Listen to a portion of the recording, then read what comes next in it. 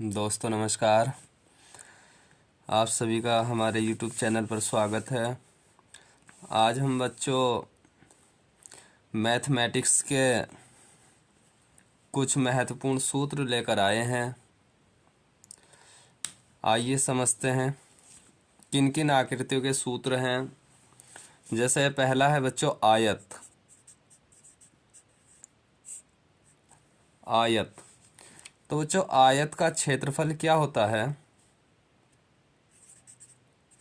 यहाँ लिख लेते हैं। आयत के लिए तो इसके लिए बच्चों जो क्षेत्रफल होता है, आयत का क्षेत्रफल वो होता है बच्चों लंबाई गुणा चौड़ाई। आयत किसे कहते हैं बच्चों? सबसे पहले तो हमें आकृति की पहचान होनी चाहिए। आयत होता क्या है? तो आयत में बच्चों आमने सामने की भुजा या लंबाई बराबर होती हैं। जैसे हमने ये बनाया ABCD, तो देखो बच्चों ये आमने सामने की ये दोनों भुजा बराबर हैं। AB इक्वल टू CD और BC इक्वल टू ये जो भुजा है इसके सामने की जस्ट AD, ये दोनों इक्वल है। तो ये होता है बच्चों आयत। जैसे आपका कमरा होता है वो भी आयत होता है। तो पहचान याद रखना, जिसकी आमने सामने की लेंथ या लंबाई या साइड बराबर होती हैं उसे कहते हैं बच्चों आयत। तो जितने भी आयत होते हैं, जितने भी आयताकार आकृति होती हैं, उन सभी का क्षेत्रफल बराबर लिखते हैं बच्चों लंबाई गुणा चौड़ाई। यदि हम बच्चों इसका परिमाप निकालें, परिमाप, तो परिमाप का फार्मूला होता है बच्चों 2 इंटू लंबाई प्लस चौड़ाई।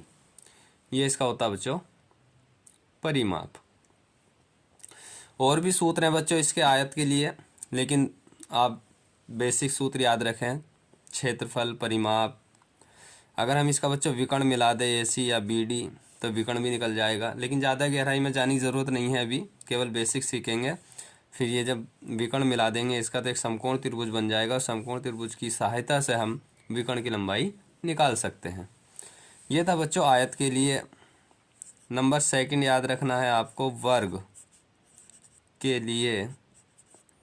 वर्ग कैसा होता है बच्चों? वर्ग की सबसे पहले हमें आकृति की पहचान होनी चाहिए। तो इसमें चारों भुजा बराबर होती हैं। जिस आकृति की चारों भुजा बराबर होती हैं उसे कहते हैं बच्चों वर्ग। देखो AB इक्वल टू CD और BC इक्वल टू AD, यानी कि AB इक्वल टू BC और BC इक्वल टू CD और CD इक्वल टू D है। कहने का मतलब है कि AB बराबर BC बराबर CD बराबर D है। चारों भुजा जिसकी बराबर होती हैं उसे कहते हैं बच्चों वर्ग। तो आइए वर्ग का क्षेत्रफल क्या होता है? क्षेत्रफल, वर्ग का क्षेत्रफल होता है बच्चों भुजा की घात 2, यानी कि भुजा स्क्वायर।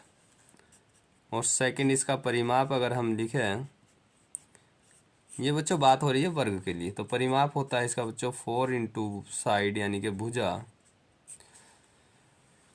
इसका परिमाप का मतलब है चारों भुजाओं का योग, यानी कि AB, जब इनका हम भुजा का चारों का योग करेंगे बच्चों, AB plus BC plus CD plus DA, और हमने बताया चारों भुजा इक्वल है, तो हम चारों भुजा को यदि AB मान ले, BC को भी, क्योंकि इक्वल है AB के सारी भुजा, तो ये इस तरीके से आता निकल के 1 2 3 4 यानी कि 4AB, और इसी का मतलब हुआ 4 इंटू भुजा, तभी तो आया ये 4 इंटू भुजा परिमाप।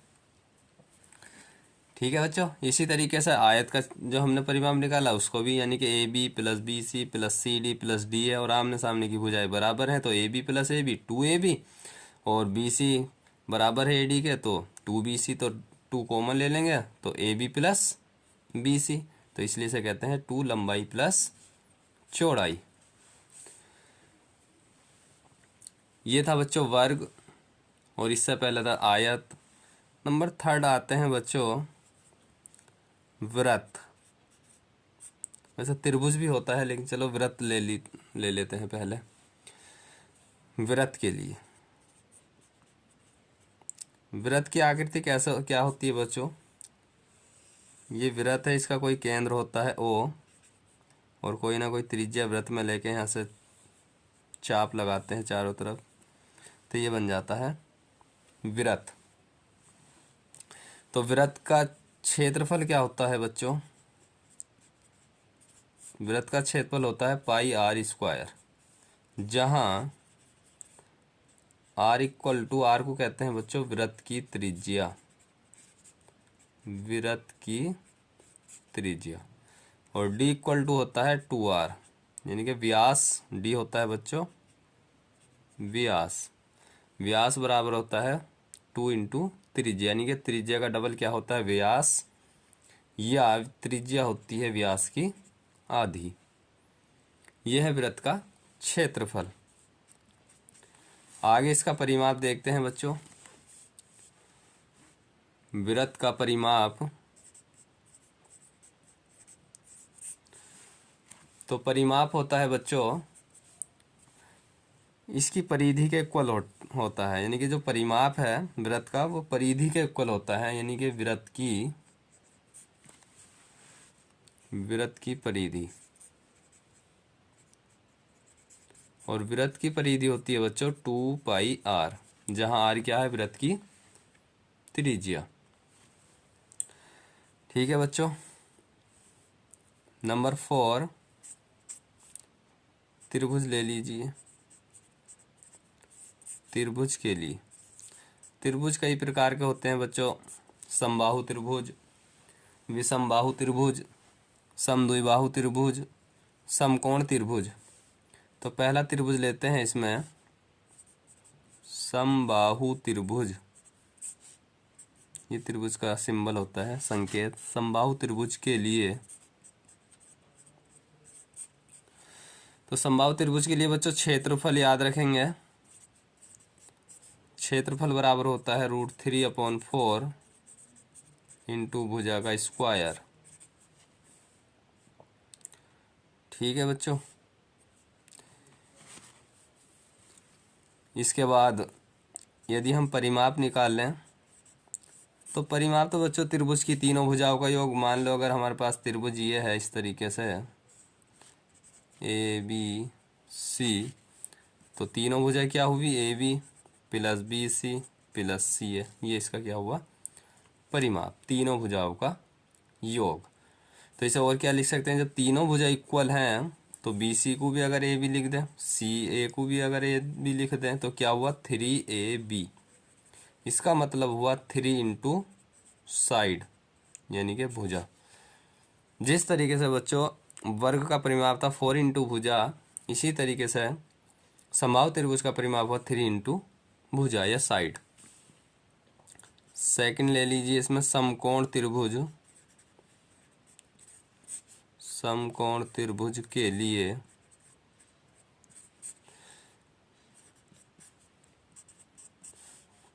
पहला लेते हैं, इसमें क्षेत्रफल बराबर होता है बच्चों 1/2 गुणा आधार गुणा ऊंचाई। ये होता है समकोण त्रिभुज।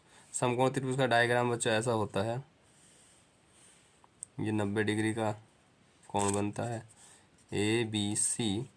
तो इसे अगर हम साइड में लिखें तो हाफ आधार हो गया बच्चों इसका BC, और ऊंचाई हुई इसकी AB। ये ऊंचाई भी है बच्चों, इसे लंब भी कहते हैं। और यदि इसका परिमाप लिखे बच्चों हम, तो परिमाप का फार्मूला तो हमने आपको बताया था त्रिभुज के तीनों भुजाओं का योग। तो परिमाप तो सबका एक ही रहेगा बच्चों, AB plus BC plus CA। लेकिन इसमें कोई सी भुजा इक्वल नहीं है, तो इसलिए AB plus BC plus CA इसी तरीके से रहेगा। नंबर 3 पे आते हैं बच्चों, विषम बाहु त्रिभुज। विषम बाहु त्रिभुज का मतलब है बच्चों जिसकी तीनों भुजा अलग अलग होती हैं। समबाहु त्रिभुज का मतलब था बच्चों जिसकी तीनों भुजा एक समान होती हैं। तो विषम बाहु त्रिभुज का क्षेत्रफल अगर हम निकालें बच्चों, तो इसमें यूज करते हैं हम एक Heron formula, S S minus A S minus B और s माइनस सी पूरे का स्क्वायर रूट। ये होता है बच्चों हीरोन फार्मूला या हेरोइन फार्मूला। हीरोन या हेरोन, हीरोन फार्मूला या हीरोन सूत्र। इस तरीके से हम बच्चों विषमबाहु त्रिभुज का क्षेत्रफल निकाल सकते हैं हीरोन सूत्र द्वारा। परिमाप तो वही रहेगा बच्चों, A B plus B C plus C है, लिख लेना। एक है बच्चों हमारा समद्विबाहु त्रिभुज जिसमें दो भुजा बराबर होती हैं, उसका भी क्षेत्रफल इसी तरीके से निकल जाएगा बच्चों जैसे समकोण त्रिभुज का है, क्षेत्रफल बराबर हाफ इंटू आधार इंटू ऊंचाई या आधार इंटू लंब। तो ये थे बच्चों कुछ सूत्र जो आपको बेसिक तौर पे याद रहने चाहिए, और इन्हीं सूत्रों की हेल्प से हम बच्चों काफ़ी मैथमेटिक्स के न्यूमेरिकल्स को हल कर सकते हैं। काफ़ी गणित के जो सवाल होते हैं, क्वेश्चन होते हैं, सॉल्यूशन मेथड वाले होते हैं, इन सूत्रों की सहायता से हम हल कर सकते हैं। ठीक है बच्चों, आज हमने आपको आयत, वर्ग, वृत्त और विभिन्न प्रकार के त्रिभुजों के क्षेत्रफल परिमाप पढ़ाएं। आज के लिए इतना ही। Thank you very much.